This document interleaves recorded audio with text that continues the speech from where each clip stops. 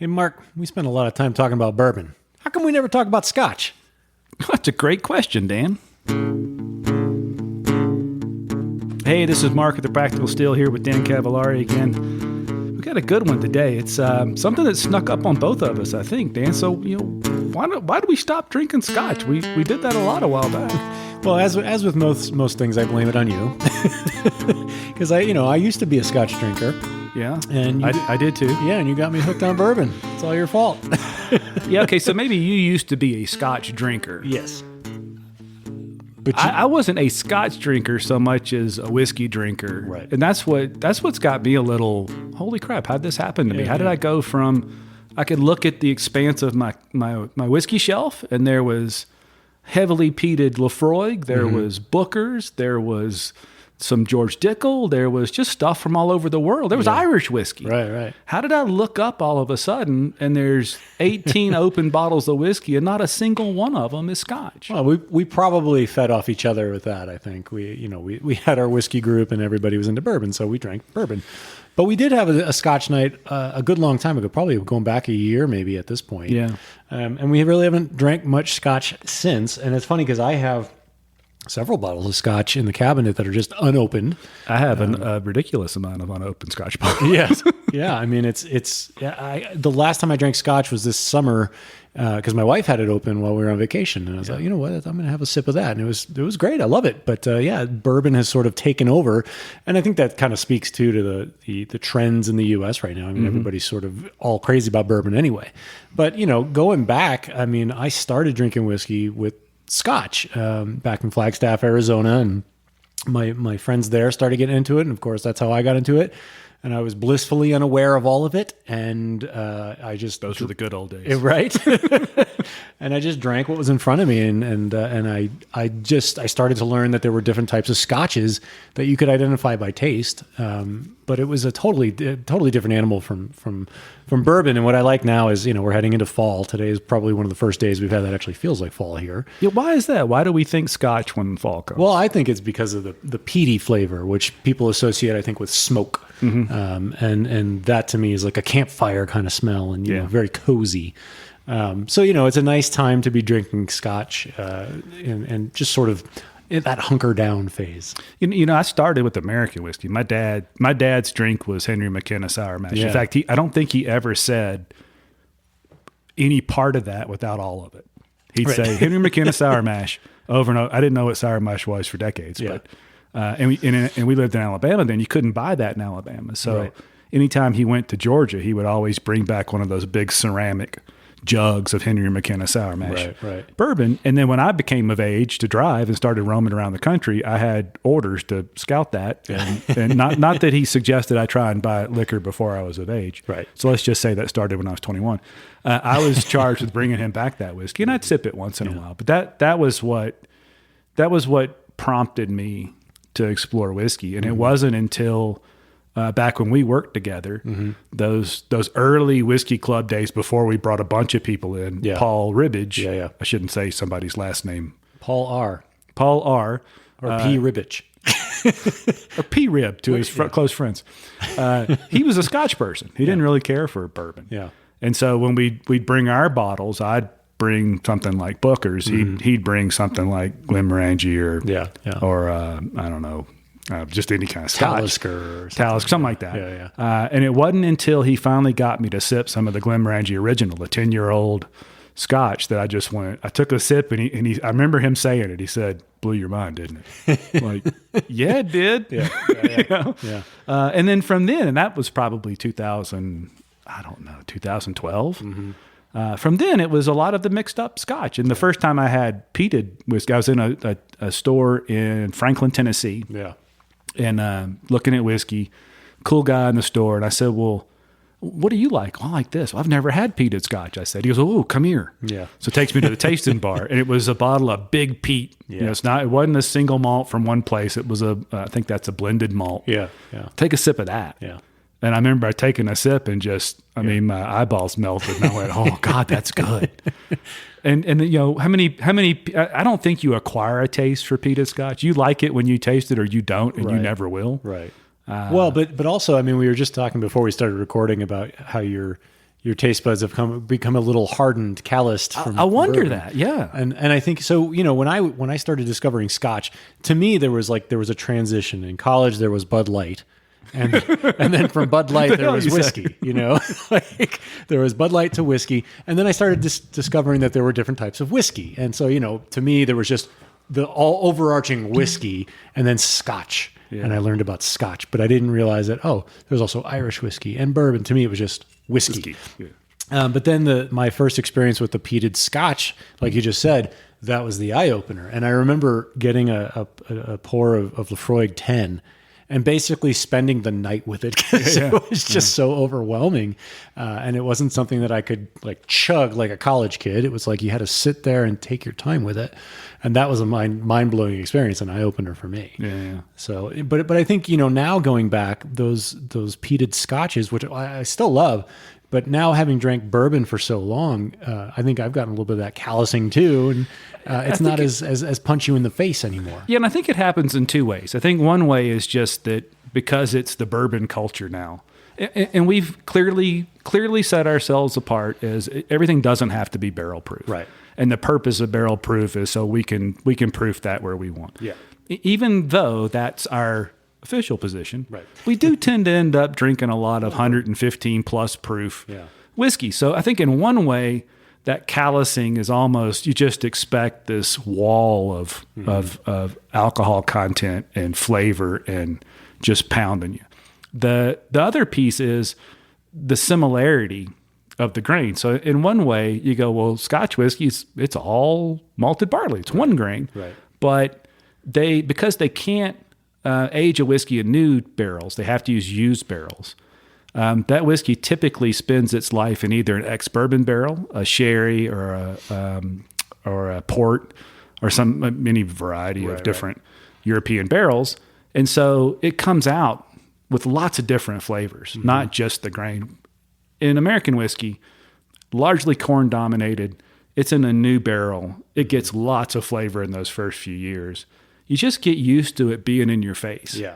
And that's what got me thinking about this. Was the other night we opened this Bunnahabhain 12 that we're drinking. Yep. Should that not have been right up our alley? It's a 12-year-old Islay malt, lightly peated, finished in sherry and ex-bourbon barrels. Yeah. I mean, that should just be. But I sipped it and went, where is it? Yeah.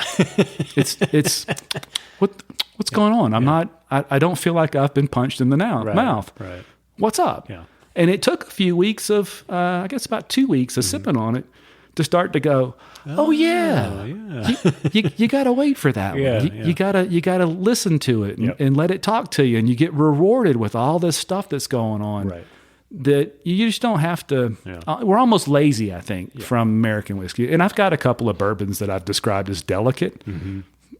Not so much. maybe just in relation to Booker's or something that's uncut, unfiltered. Right. Maybe it's delicate in relation to that. Right. And I try. I mean, we do. We water the whiskey down. We try it at different proof points, but I just don't know. I think it's calloused me or jaded me a bit to what I should expect when that whiskey rolls out of the glass into my mouth. Yeah, I mean, I feel like it's sort of in keeping with the, Americans tend to be big and loud, and that definitely translates to American, whiskeys and bourbons. And then you got the more subtle, European, sit down and take your time with it. Is one of the things that when I started traveling abroad, a lot of people would say is, Americans take their coffee with them in the car. And nobody does that in Europe. No. You go to a cafe and you sit down with it and you look around and enjoy. I mean, it's the whole process of like taking a step back and taking in the sensory experience of your life, essentially. And not to dog on bourbon. Obviously, I love bourbon, but I think that's sort of the parallel, right? Like with a Scotch, you have to sit down and pay attention to it and talk with it and have a conversation with it. And that's what's really interesting about it. I mean, it doesn't hit you in the face. It doesn't, most don't. Yeah, most some of them do. We'll talk about Lefroy in a moment. Yeah. Well, and I do think too that the generalization's correct, but I do think that whiskey is one of the popular things in our culture that does cause people to back up a bit and think about where did this come from. We get dinged a lot as Americans about not knowing where our food comes from. I promise you, every bourbon geek knows exactly where this stuff's coming from, and the grain makeup and the master distiller's second cat when he was a kid. They know all those details. So in some ways, it's one of the few areas that we slow down, but still, it's all about barrel proof. It's all about new charred oak barrels. It's all about, bang, bang, bang. And I think Scotch isn't like that. Right. And same with Irish whiskey and Japanese whiskey to some extent. So I think I've been super happy that I opened that Bunahab, and I'm super happy that it made me back up and go, why haven't I been drinking Scotch? And I'm happy that it made me, I think it's going to make me appreciate, bless you. It was your turn this week. Yeah. We'll have to do one every week. That's how talented we are. Yeah, new tradition. We can swap off sneezing. But I think it's going to make me appreciate the bourbon even more too. Well, and one thing that both bourbon and Scotch have in common, which is what I really love about all of this, is that how it's made and where it's made really matters. And the process is very slow. It's deliberate. There's a lot of things that go into it, and I think, we can talk about barrels all day, but that's only one step in the process. And I think that's what's really cool about both of these. And in an era now where, there's companies stepping in to try to expedite the process and get the flavors out of the barrel without the 5-10 years of aging, that to me takes a little bit of the experience away. And I think the fact that Scotch is a thing that's been around for however many centuries or whatever, and they've been making it in all these different specific ways with different specific grains and water from different parts of the island, and it's just incredible to me that all that can come together to create something completely unique. And they still do it the same way, or mostly the same way. It's definitely different. I mean, there is no doubt that when you drink a Scotch whiskey, you're drinking something wholly different than a bourbon or a rye. Right. But I did bring something that I think also closes that gap, or at least shows us the relationship. Yeah. Sometimes, in fact, when I first drank that Stranahan's single barrel, single malt, that, and we should do some definitions too. Yeah.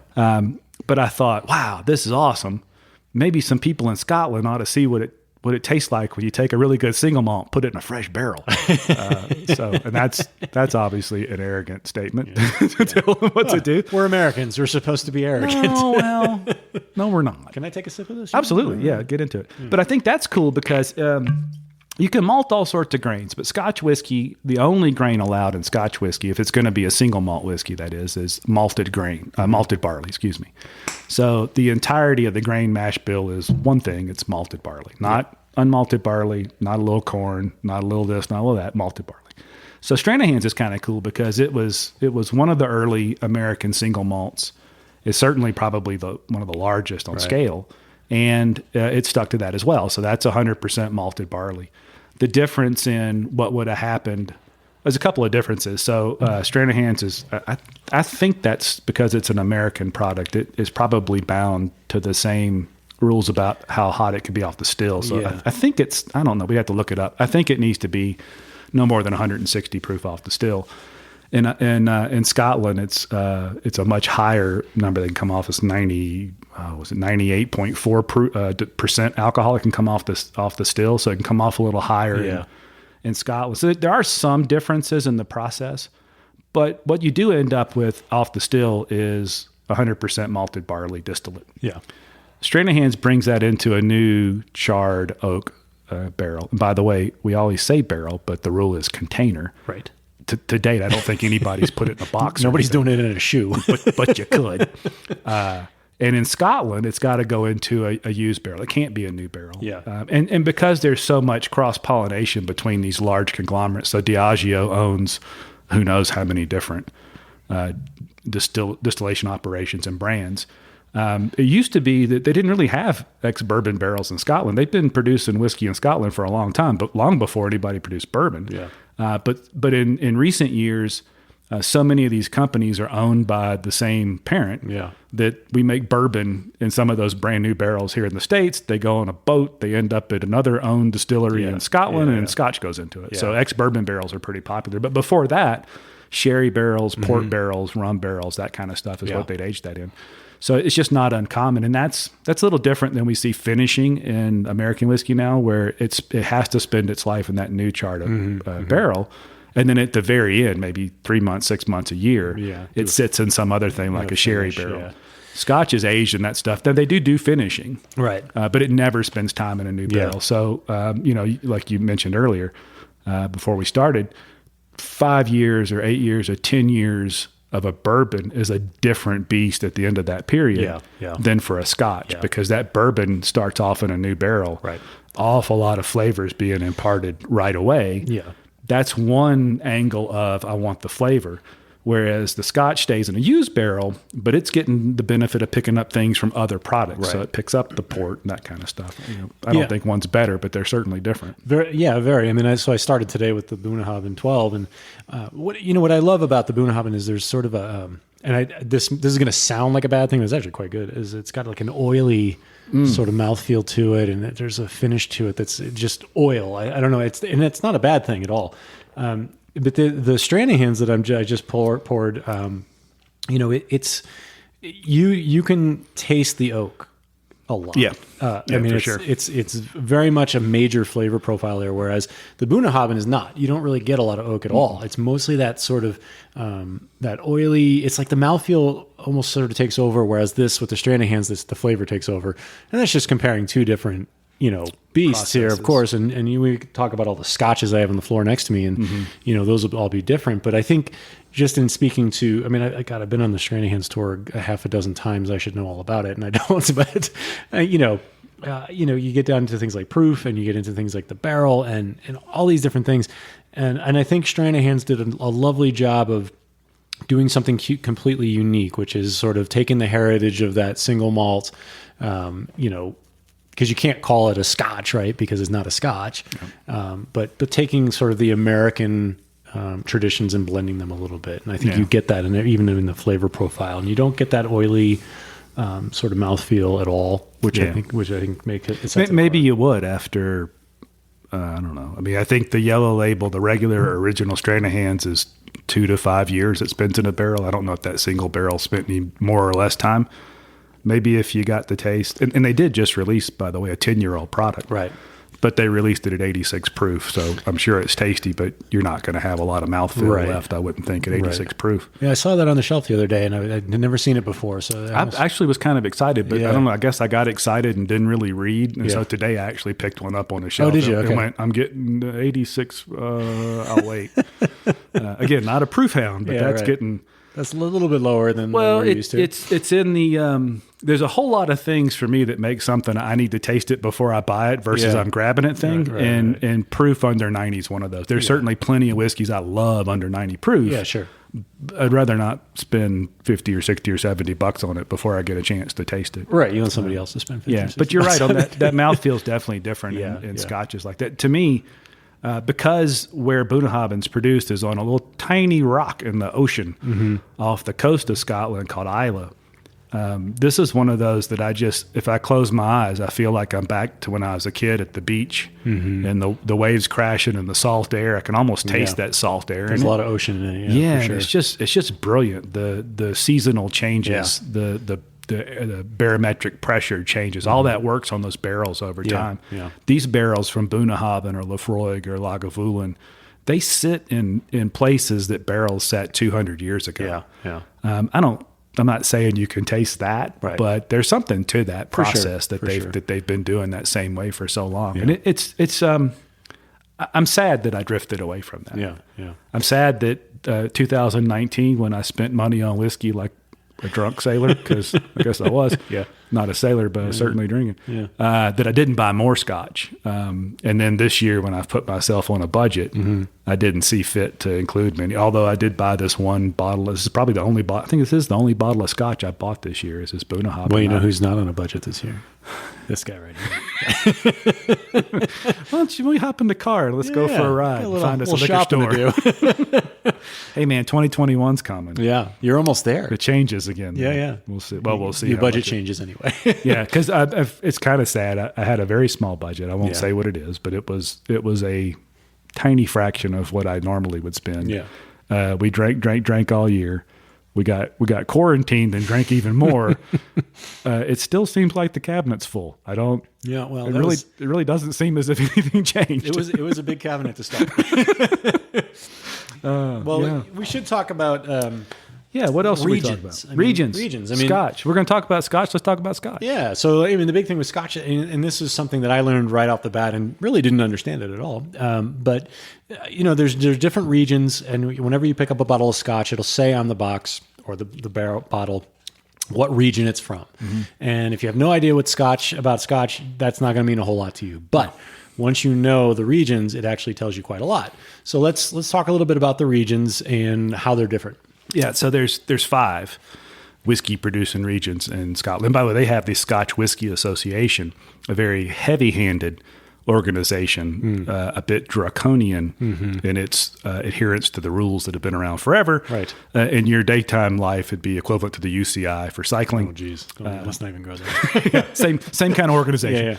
Yeah. But the 5 regions are the Highlands, the Lowlands, the Speyside, Islay, and Campbelltown. Mm-hmm. Campbelltown, you can kind of, I don't know, it's not as popular. There's only one distillery left. Right. There's Springbank. They make some great whiskey. Yeah. I don't know, and this is probably just because I'm not versed enough in it. It doesn't taste that much different to me than a Highland or a Speyside whiskey. And if you're coming from the American whiskey world, you probably want to land in the Highlands somewhere. That's going to be the closest thing in process to bourbon or rye whiskey. Mm-hmm. If you and there's some Speysides that I think fall that same direction, but there are only a few left of the mainland distilleries like the Highland and Speyside and Lowlands that will peat a whiskey. Yeah, and peated means 200 years ago when they made whiskey, and you malt a barley. All it means to malt a grain, in their case barley, is that you're letting it germinate. Mm-hmm. Once it starts to germinate, it's malted. You've got to stop that process, and you stop it with heat. Mm-hmm. The only heat source a lot of these places had 200 plus years ago was peat from the peat bog. Right. And so they go into the bog, they cut these big blocks of peat, they dry them. That's what they use for fuel. Turns out peat is awfully funky, particularly when you burn it and let the smoke come out. That smoke gets into the grain, and that's where the peat flavor comes from. That's that smokiness that it comes from. If you are all about bourbon and you hop over to Scotland and your first experience is with a Scotch from Islay, all of which they do mostly peated. They will do some unpeated. You'll either like it or you won't. Right. It won't take. You may not even get it in your mouth. Yeah. You may smell it and go, "Oh my God, why is there a rubber raft on fire in this glass?" It's funky. Yeah. The funkiness is on a scale. Yes. At the top of the scale is Lafroig. So if your life consisted of Elijah Craig and Jack Daniels and George Dickel and MGP whiskey, and your next experiment in Scotland is Lafroig, your life will be changed forever one way or the other. Right. You might be hightailing it back to Ireland. Yeah, and that 5th region of Islay, that's where I kind of got hung up. I love Speyside whiskeys. Yeah, I love Highland whiskeys, but I really like peated Scotch, and so I'm all about Islay. Yeah. But you need to know that, because it's one of those things, just like, if your first experience with a rye is something that uses malted rye, which is a funky flavor in my opinion, you may never taste a rye again. If your first experience with Scotch is Lafroig, that may be it forever. It may make or break. Yeah, and you may need therapy. Yeah. So it pays to pay attention to that. And again, if you are making that leap, like you hear this and you go, well, I need to try some Scotch.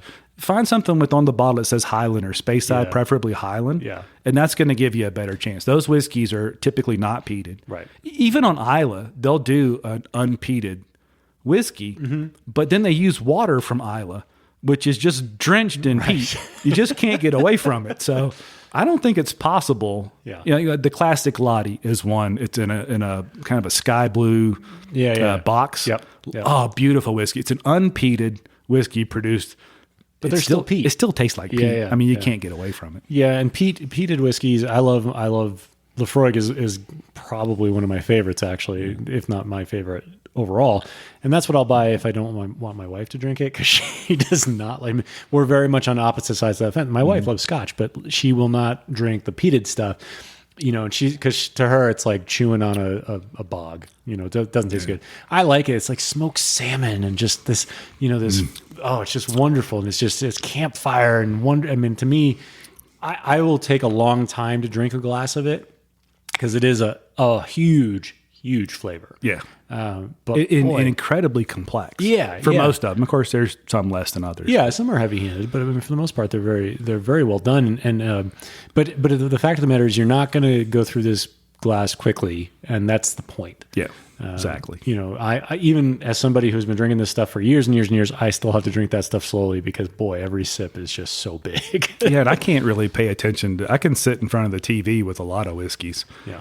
If I'm sitting in front of the TV with the glass of Lefroy cask strength, Yeah. I don't know what's on TV. Yeah, right. And I don't care. Yeah. 'Cause that's good stuff. You got work to do. Yeah. But I certainly hope people branch out. I think this trip back to Scotch has reminded me that not just whiskey either. I mean, there's just a lot of spirits to appreciate. In fact, I really want to get into rum. It's just a Wild West situation with rum where there's very little rules to it. Yeah. And it's pretty easy to buy a $50 bottle of rum that's full of sugar. It's distilled really from bad. sugar essentially, but you don't want people to add extra sugar Right, to it. So right. it's a little tougher to. In fact, I had my first Armagnac the other night. How was that? It was pretty good. Did you make it yourself? No, it was the first. I'd never had Armagnac before. Okay. And it was a 54-year-old Armagnac. And so Armagnac, cognac, brandy, they're all distilled from grapes. It's just a matter of where and some special processes. Yeah. And I don't pretend to know the details of that. I liked it. That was a $200 bottle a friend shared. Ouch. I didn't like it, $200. Yeah, but I do think that I sat there thinking, all right, I enjoy this. I don't not enjoy it. But it tastes like one of those things that's going to take me some time to figure out because it's just so different than what I drank. Oh, it's before. a totally different discipline of drinking.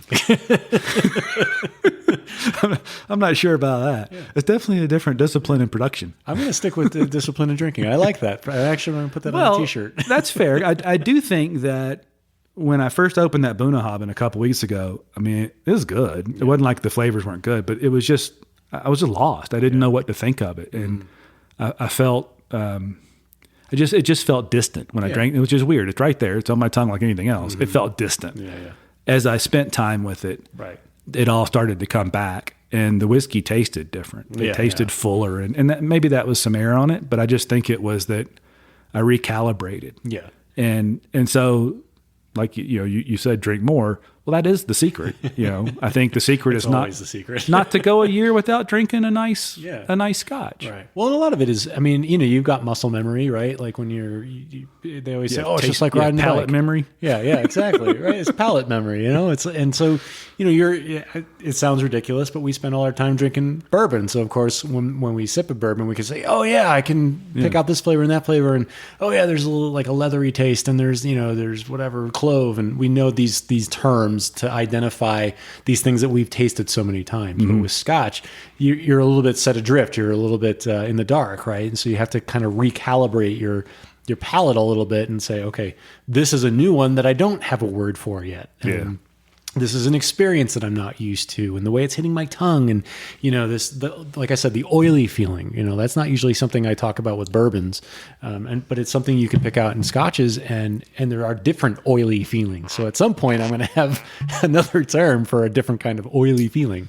It's funny. The first time I had Whistle Pig 10-year-old was on one of those whiskey club trips for my current employer, your previous employer. Right. And a fella brought that, and he said, "You'll love this. It's got a oily bacon grease type finish." And I went, is that something we're looking for? Is that a good thing? Or but he was right. And I think there are some rye whiskeys that pick that nothing like I think this does. But they can pick that up, and it's, I don't know, we talk a lot about mouthfeel. And Scotch, I think more whiskeys in the Scotch world tend to have that memorable feeling than the flavor. Right. Whereas in American whiskey, where the proof is higher a lot of the time, the newness of the oak, that stuff, it's flavor. Right. And then if you can get past being blown apart by 130 proof, there's some feel to it, but it's just different. I wonder too if there's a little bit of, intimidation playing in? Because, you think of Scotch and it's like an exotic thing. It's rich people drink Scotch. That's just not right. It's certainly true historically. Sure. But it's not, even when American whiskey was kind of in the dumps and Scotch had always dominated and been the star player. Right. And then, as bourbon came on, probably it hadn't been that long ago, but I mean, the 70s and 80s, nobody could give bourbon away. Mm-hmm. In the late 80s, it started to come back. But aristocracy drinks 30-year-old scotches. Right. But, 15 years ago, 20 years ago, you could buy a 30-year-old scotch for $40. Right. Now it's $400. Yeah. They've experienced the same kind of boom that these days that American whiskey has. And there's also been a little bit of, I guess, I don't even know what to call it, but sort of the marketing surrounding Scotch has sort of made it seem this mystical drink. I mean, in movies, you could always catch one hoity-toity type person saying, "Oh, this is a 15-year single malt Scotch," and it's supposed to be a big deal. Good. Yeah, that was good, right? Yeah, it's good. Yeah, I do good impressions. That's very good. You must descend from aristocracy. Yes. But they certainly play that up. Yeah. James Bond has yet to just belly up and go, "Give me a bourbon neat." Yeah, or a Bud Light. Or a Bud Light. Yeah. So he did drive a BMW, which I think was a big deal, not an Aston Martin. I mean, if you're going to be a Bond snob. I just finished up the Bunnahabhain and poured me some of the Stranahans. I'm going to tell you what. I think everything we said is in line.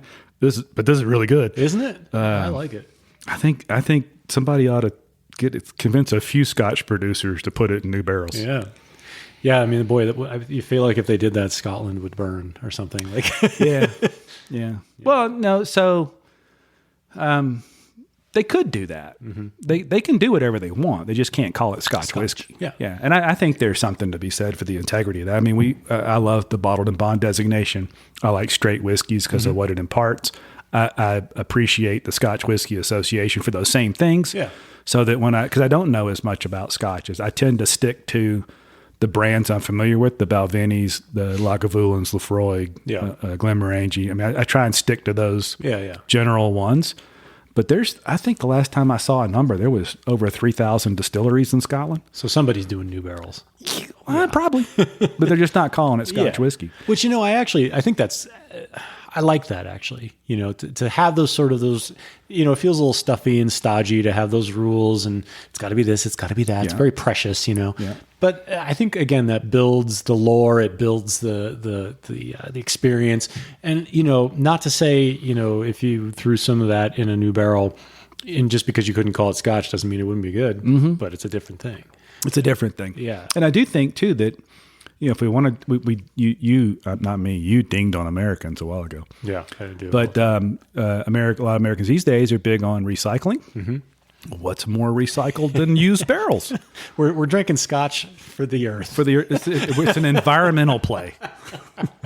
I don't want to do it. Right. But, by the same token, if we can drink more bourbon, that results in more empty bourbon barrels that get put on boats and go to Scotland to get Scotch whiskey put in them. We're environmentalists. It doesn't matter how you look at it. The more whiskey you drink of any kind, the more environmentally conscious you are. We do it for Mother Congratulations. We drink with Mother. Here's to Mother Earth. To Mother Earth. Which, by the way, the Scots call, and I won't remember, maybe we'll Google it real quick. I won't remember how to say it, but there's a Gaelic term for the water of life. Okay. Something Vita, something you'll look up. Gaelic. But it's the water of life. And that's what the Scotch people refer to their whiskey as. What's more beautiful than that? Iskebitha. I don't know how That's not the one I'm thinking of. But anyway, it's in there somewhere. Maybe it's not Gaelic. Maybe it's just a... I also put in water of Loof. No. That's a whiskey that doesn't want to be found. Here we go. Okay, Wishkabaha? That's not it. It's something with the V at the end. Anyway, that's not the point. I mean, the point is not to figure out we don't speak Gaelic. The point is that the Scotch world refers to their whiskey as the water of life. Okay. Therefore, it must be such. Now I got to find it, man. And look, I want everybody to listen to Dan and I as much as possible, but we don't do traditional whiskey reviews. If you really want to get a feel for Scotch whiskey, and the personalities involved, because there are some big personalities involved in Scotch whiskey. Go to YouTube, look for Ralphie.com, RALFY.com. Ralphie's a Scottish undertaker who, for I don't know how long, but the last time I looked, he was at around 900 of these reviews. He's been doing them so long that back in the early days of YouTube, they had a 10-minute limit on these videos. And so Ralphie's reviews were always exactly right at 10 minutes. And he comes up with the craziest, this tastes like shoe polish and pencil shavings and the lemon pie I had when I was 4. And he's brilliant. He's hilarious. And he does them in this little, it looks like a cellar he's in that he does. It's fabulous. He's got these little cards where he scores the whiskeys. Just entertaining and fabulous. When YouTube took the limit off, so did Ralphie. There are 40-minute videos of this dude just rambling on about whiskey. But I'll tell you this, he kind of knows where he's coming from. And he makes a lot of notes ahead of time. And you can tell he's referring to them. But I have bought whiskeys based on ones he liked. And my opinion of that whiskey, I may not have tasted the lemongrass and the fried salmons that he tasted, or I couldn't pick all that stuff out. Sure. But I like the whiskeys. When he said he liked them, if he scored a whiskey 85 or above, I like the whiskey too. And he's incredibly entertaining. Not that I'm not entertaining and you're not entertaining on our videos. I think I'm excellent. But we're not at Ralphie's. But he's also got a video here that I want to watch later that's called Palate Fatigue. And I think that's holy right. crap. Yeah, it's right there. We're talking about it, and there it is. Yeah. So anyway, Ralphie's awesome. So RALFY.com. And then, or just look him up on YouTube as Ralph. I can't remember his last name. This is going to be the next week and a half of me not doing work. Dan, there's 900 of those videos. Okay, so the next 8 to 10 months. and what we could do, though, is this would be actually educational for you and I. A couple of years ago, he did a whole series on American whiskey. Oh, cool. And so he went through bourbons and ryes and American single malts. Yeah. And it was incredibly entertaining to watch him go, this is supposed to be a good one. Oh, I can't taste anything. Anyway, very entertaining if you happen to get a chance to check Ralphie out. That's the next year of procrastination for me at work right there. So we didn't really talk about what we were drinking while we were drinking it, but the Bunahab, and if you did want to drift into, let's say you take our advice, you try Highland malt.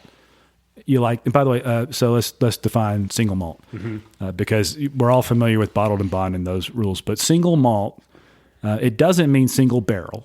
It just means produced at a single distiller, and produced at 100% malted barley. So Scotch people will talk about the malt in that manner, and that's what they're talking about as a single malt. And so you can have something like an Aberfeldy 12. It's a single malt Scotch, happens to be owned by Dewar's. To this day, even as popular as single malt Scotch is, the vast majority of single malt Scotch in Scotland ends up in blended whiskeys. Right. So it can, some of them will be blended malts, which is just single malts combined together in a bottle, something like Monkey Shoulder. I can abide that. Yeah. But a blended Scotch whiskey can have an undetermined, uncontrolled amount of neutral grain spirit in it. I'm not about that, just like I'm not about blended bourbons from that same perspective. Yeah. And so, but a lot of the single malt Scotch will end up in a bottle like Johnny Walker that's also got neutral grain Reed vodka into that unaged spirit in it. Some of them are aged and they'll have an age statement, which means a neutral grain spirit had to get aged as well. And so I don't really like that because I want the richness of a single malt product. Right. I want the uniqueness of knowing I'm drinking this from one brand or one region. Yeah. And I don't understand why blended whiskeys, I mean, they make good cocktails, I guess, or a Scotch and soda when you're going to water it down. But I haven't ever found a blended Scotch whiskey I care to drink. A lot of blended malt whiskeys, that's fine. Love single malts, but that's the difference there. So there are single cask whiskeys. Right. So single cask in Scottish is the same thing as us in bourbon saying single barrel. So all came from that same barrel, same cask barrel, same thing. Let's see, what else is important to know? You should drink it. It's delicious. You should try some. Oh, I know where I was going. If you happen to take this advice and say, I'm a bourbon drinker, I want to get in the Scotch, you buy a Highland or a Speyside, something like Glenmorangie Original. Right. You can find it. It's affordable. It's a $40 bottle. You often find for in the 20s. Right. Delicious. It's 10 years old. Try that. And if you do that and then think, let me try this peated thing they were talking about. Probably not a good idea to go directly to Lafroig. So a Bunnahabhain's good. Lagavulin a good one for that. Well, I would also make the argument too that if you are typically a high proof bourbon drinker, you probably would be okay going straight to Lafroig, and you'd probably be disappointed in something like a Bunnahabhain. I don't know, because to me it's not about the proof. No, but I feel like it's about the flavor. Yeah, but I feel like if there's it's not an equivalent. It's not an apples to apples comparison. Anything Scotch to bourbon, but if you think about Lafroig's an overwhelming flavor. It's a big flavor. Yep. What better to prepare you for that than a very hot bourbon? but also, one with flavor. So not just any hot bourbon, not just some crappy bottom shelf thing, but if you're like I am, like a regular Booker's drinker, that can be pretty hot, but it also has a ton of flavor, and it's a well-rounded high proof. Sure. So if you're into that, you could probably jump straight to a peaty Scotch and feel okay about it, but you're still going to get blasted with that flavor. Yeah, I think somebody's going to have to do that and report back, because I think it's different. Yeah. I think it's not flavor. No, but I think the flavor's going to kill you, because the Lafroig 10's at 43%. Yeah. But can we stop for a second too? I refuse, on grounds of my personal preferences, to talk about alcohol by volume with American whiskey. Or proof with Scotch whiskey. I knew this was going to come up. So to me, I don't understand the farce of somebody saying, well, this is 100 proof bourbon or 50% ABV. Right. It's just like if every time I said the word green, I also said, and yellow and blue makes green. That's stupid. Yeah, it's the same thing. It's stupid to say, this is a 120 proof bourbon. Right. That's 60% ABV. Right. Proof is a statement of the alcohol content equal to 2 times the ABV. There was some reasoning to it years ago. If you may still hear the term overproof. Ah, yes. So in order to find out if something was truly a proof spirit, they just set it on fire. If it burned, it was overproof. If it didn't, it'd been watered down. So, and proof degrees is actually where that came from. Yeah. It's a measure of heat. Nobody pays any attention to that anymore. The only thing that means these days is 2 times the ABV. Yeah. American whiskey, just like it uses an E in the word whiskey, uses proof. Yeah. Scotch whiskey, no E, uses alcohol by volume. Yeah. I don't believe you'll find anywhere on a bottle of Scotch the word proof. Yeah. I'm not sure if you're more upset about proof or the lack of an E. I could care less. The point is that that's the way it is, and I choose to respect the traditions of each place. Right. Yes. And so, but it's the same damn thing. And of course, it is never that cut and dry. So, Irish whiskey, American whiskey uses the E unless you're George Dickel or Maker's Mark, in which you don't use the E. Right. Japanese whiskey and Scotch whiskey doesn't use the E, and I don't know any of them that put an E in it, because why would they do anything that the separatist What about Irish? revolution? What are the Irish doing? Irish use the E. Okay, good for them. They use the E in general. There are no actual rules of that. They could do whatever they want. Right. But American whiskey, proof. Yeah. Scotch whiskey, ABV. Yeah. Same thing. Nobody has to follow that. No, I just don't understand why they do that. Honest to God, it's the same thing as if instead of saying green, I said yellow and blue all the time. People look at me like I had 3 heads. There's smoke coming out of your ears on this. I really don't care. I just thought it'd be, some people may be going, why did he say 56.8%? Yeah, right. And he didn't tell us what the proof was. Because it is what it is. It's 2 times the ABV. I got to admit, I don't think I've ever drank less during one of our podcasts. I know. I also don't remember what I was talking about when I said, can I stop and rant about it? Well, I think that was the point, right? We want we're going to move on. Well, but what if I'm going back to edit this and I think, that was really important and I interrupted it? Well, then... Or did we ever say anything really important? We have to get together and drink again. We haven't drank a lot, but I will say that interesting comparison. And if you maybe there's another step between I drink bourbon and I want to try Scotch. Try Stranahan's. Yeah. In fact, the American single malt scene's gone crazy. Westland doing a bunch. Quite a few are doing some. Yeah. Do pay attention, though. Just because you see the word malt or single malt on an American or Canadian produced product does not mean it's the same grain that's been malted. Right. Scotch can only use malted barley, but you can malt corn if you want to. I think Chattanooga Whiskey tried some of that. There's a lot of products these days that are using a malted rye. I find that to be a really weird taste and it doesn't fit my palate. Yeah. But don't assume just because something says single malt in the United States that it's malted barley. Yeah. It could be something different. I think the other thing to note is that as Americans, we're not great at geography, that Scotland and Ireland are two different places, and Irish whiskey is a whole different barrel. And we can talk about that in another episode. But right down the street from where we are sitting is Talnua Distillery, and it is America's first single pot still distillery. So that could be an interesting little experiment for us. Yeah, and if you want to study a bit before we do an episode about that, American whiskey, you got bourbon, which is America's spirit, defined in 1964 by Congress. It's got to meet these things.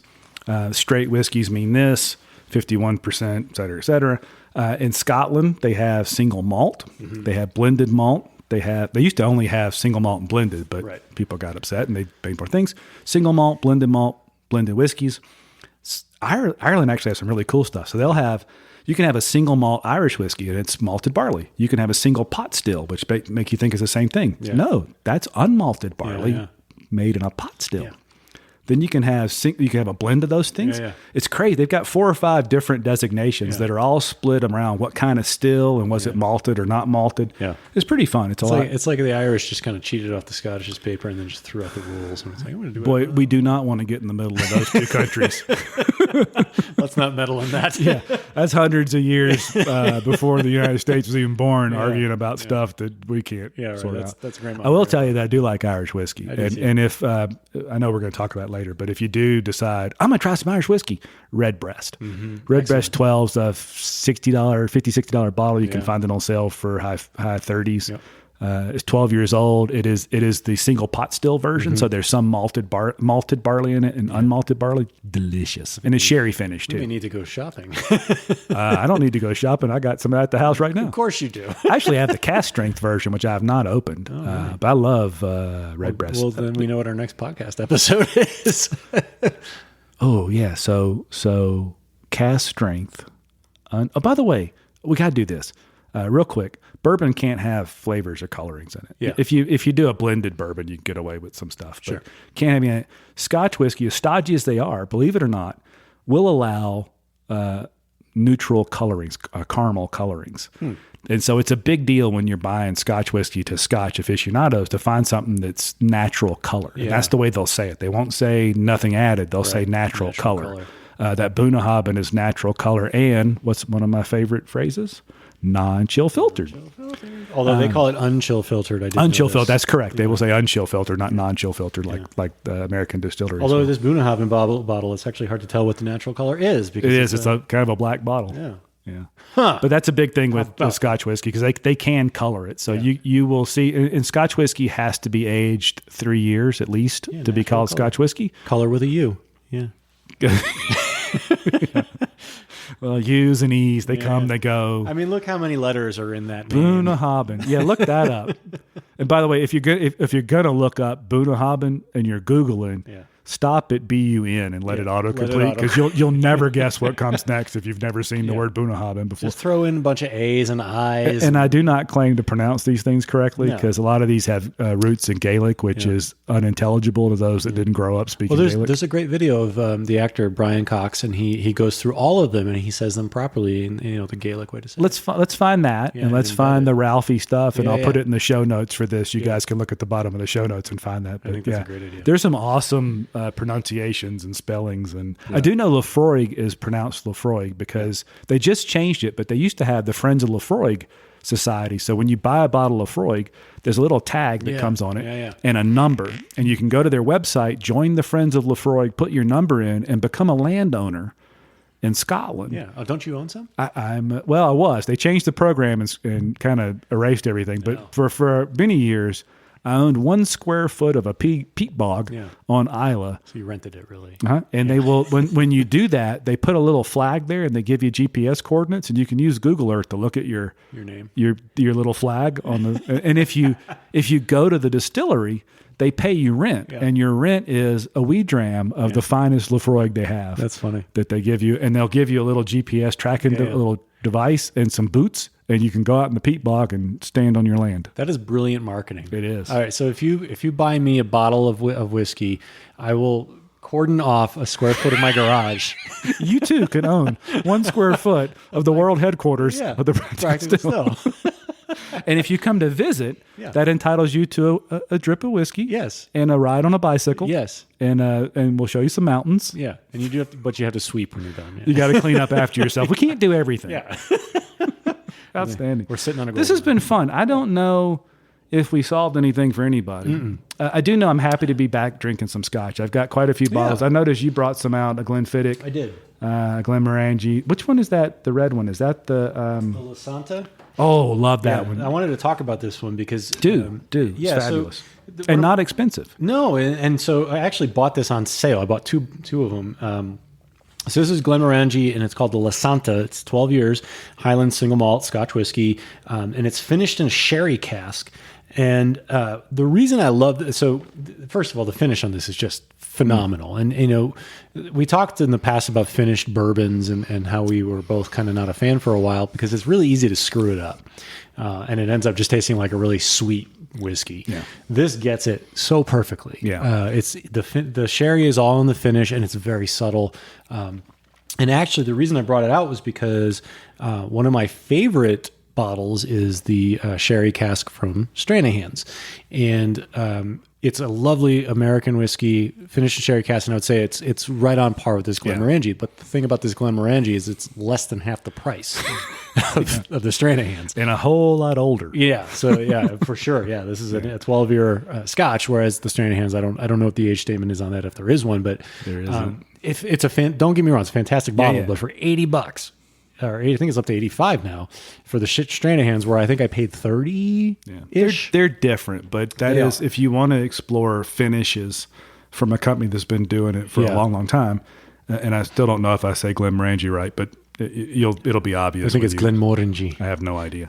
But that's good. And they do Oloroso sherry cask finishes. They do port finishes. They do a bunch of different finishes, but that original, the Glenmorangie original, unfinished, unpeated, lovely whiskey. That one you got, I've got a bottle at the house. I paid $29 for. Yeah. And this is one of the ones that, you know, reliably, it's always good. So whenever I see it on sale, because usually it's like what, 49, high 40s. Yeah. So anytime I see it on sale, I'm like, I'll grab two of those. So that was pre-tariff. I don't know what it is. Right. Yeah. Things have probably gone up a little probably bit. $712. Yeah.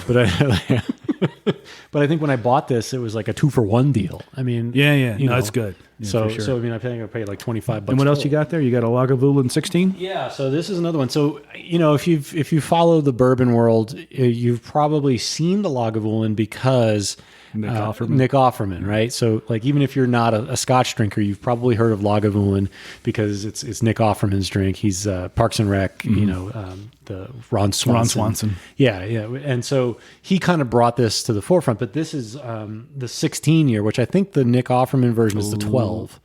11 or 12. 11? I think it's 11. 11, okay. So this is a little bit older, and this is another one of those bottles. I think it retails for $100, but I don't think I've ever paid $100 for it. Actually now it's about $125 post tariff. Yeah, but you can still catch them on sale. And I tell you, I want to.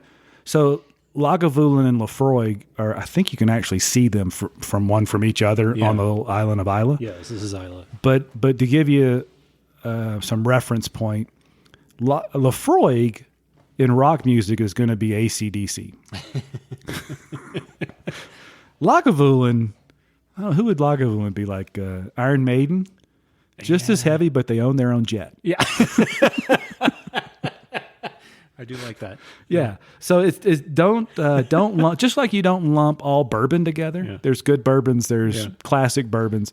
Don't lump all the Scotch, especially the peated. Don't lump the peated Scotches together. They're all good. There's not a bad distillery on Isla. But this won't kick you in the face the way. No, this one's classy. This is super classy. Yeah, like this is like Metallica wearing suits. You know, like Yeah. it's still got that rowdy. It's got peat, it all. The but boys, the edges are rounded off, Yeah, and it's it's good. It's really- going to sell it to you. Really refined, really refined. So actually, if you wanted to start, and if you wanted to jump right into peat, I would actually say instead of Lefroy, You just want to do that, don't you? I do. Well, then I say if you're drinking Booker's, if you're looking for cask strength single barrels, and you think you can make the jump straight to Isla and peated Scotch, Yeah. it's the Lefroy 10-year cask strength. Yeah, That is, I just don't know how to describe how glorious Yeah. a bottle of whiskey that is. Yeah. It is fabulous. yeah. If you're not crying in your front yard, having like an emotional breakdown after Yeah. drinking, you're doing it wrong. But it is, and I guess we said ass last week, so I'll say it this week. That is an ass whipping. Yeah. You better be ready to drink that bottle Yeah. of whiskey because it does not kid around. no. It is they change by releases. I had release 9 most recently. I don't remember. I think it was a 58% whiskey, and I will this one time do the math, just because 58%. This is killing you on the inside. I can see it. Just breaks my heart. I'm not going to do it. I'm not doing it. I love it. You busted your balls and you gave up. That's great. Well, I don't want to do it. That's what we look. Whiskey is full of nonsensical things Yeah. that mean nothing to the rest of the world. That mean something to whiskey geeks, and to me, this means something. Scotch is ABV percentage. American whiskey's proof. Yeah. That's just the way it is. Figure it out yourself. But that's the one you go to if you're coming off. If you're, it's and I don't want to ding on our brethren. There's just an awful lot of people that 3 months ago were sipping on Jack and Coke, and this week they're hunting for Pappy. They miss a lot of the middles, Yeah. and I hate it for them. I think they miss a lot when they do that. Yeah. But if you're that person that needs to do the same thing in Scotland, Yeah. well, then just go straight to a cask strength Lefroy. You'll Yeah. blow your mind. Yeah. Pro tip: don't call your local liquor store asking for Pappy. No, I was in a store today, my favorite little store. We go almost every week to get steaks for dinner, a bottle of this Prosecco my wife likes. I grabbed some New Holland Dragon's Milk beer. Typically cruise the whiskey aisle, buy something if they have it. And there was a dude at the counter just whiskey tatering like nobody's business trying to figure it out. When I got to the counter, I said, "Bet you're pretty happy this time of year answering all these whiskey questions." And he was new. I'd never seen him. He goes, "Oh, I don't mind." Like, you will. You will. Last year, that same store just went, screw it, we're out. They gave all the Pappy to a local charity to auction. Yeah, They that was didn't. awesome. They didn't sell any. But like, I'd like to have that bottle, but that's pretty cool. That's a great idea. That's I think awesome. so. Yeah. No, that was wonderful. Cool. This has been great. Frankly, I have no idea if we helped anybody. Probably but not. I enjoyed it. But we drank some Scotch. but not enough. Yeah. Well, All right, but we'll hang around and drink a little bit. Yeah, This has right. been good. So the podcast on all the major platforms, you probably figured that out if you're listening to it now. But it's on iTunes, Google Podcasts, Spotify, and Stitcher. The YouTube channel's been going pretty well. We've got quite a few videos up now. Those are short and sweet. They're not Ralphie videos that last Right. 45 minutes. Yeah. They're 3 to 8 minutes. Brevity. We're opening bottles. We're going back to the bottle, which is important. If you think you know what a bottle tastes like the first time you sip it, you do not. Spend some time with it. So we do open the bottle and back to the bottle. So check those out. They get released every Friday about noon Mountain Time. What else, Dan? Socials? Instagrams, the practical at the practical still. I'm starting to play more with the Instagram page. I'd love to do a little bit more. I think the with that. pictures are better when you take them. I like my pictures, but they're in the same spot in my whiskey room. But yours are useful. Yours are like ingredients and like here's how you make a cocktail. Mine's like I have a motorcycle and a bottle of bourbon. Hey, man, we're here for everybody. I'm all that entertainment. If you have a motorcycle with no bottle of bourbon, Dan's got your pictures for just you. don't drink it and then drive the bicycle. No, the motorcycle. Well, luckily yours doesn't run. No, it's mine is best served as a prop for bourbon. Cool. Yeah, good. So check us out, follow us, thumbs up, thumbs down, let us know, subscribe, give us reviews, etc., so forth and so on. That's it, man. Yeah, if you guys have questions that you want us to answer on the pod, we'd love to do it. Yeah, the simple way is on the website, there's an ask button. Yeah. Click that, fill in the things, or mention us on Twitter or Facebook or Instagram. And if we don't know the answer, we'll make it up, and then we'll research it later and come back and say how wrong we were. Yeah, and if you get mad at us, remember, we were drinking Yeah. the whole time. So it's your fault for believing in us. Yeah, we're your literal drunk uncles. Yeah. I am somebody's drunk uncle. Oh, there you go. So am I. Not all the time. Cool, great. Thanks, go drink Dan. some more. Absolutely. All See y'all right. later. See ya. Cheers.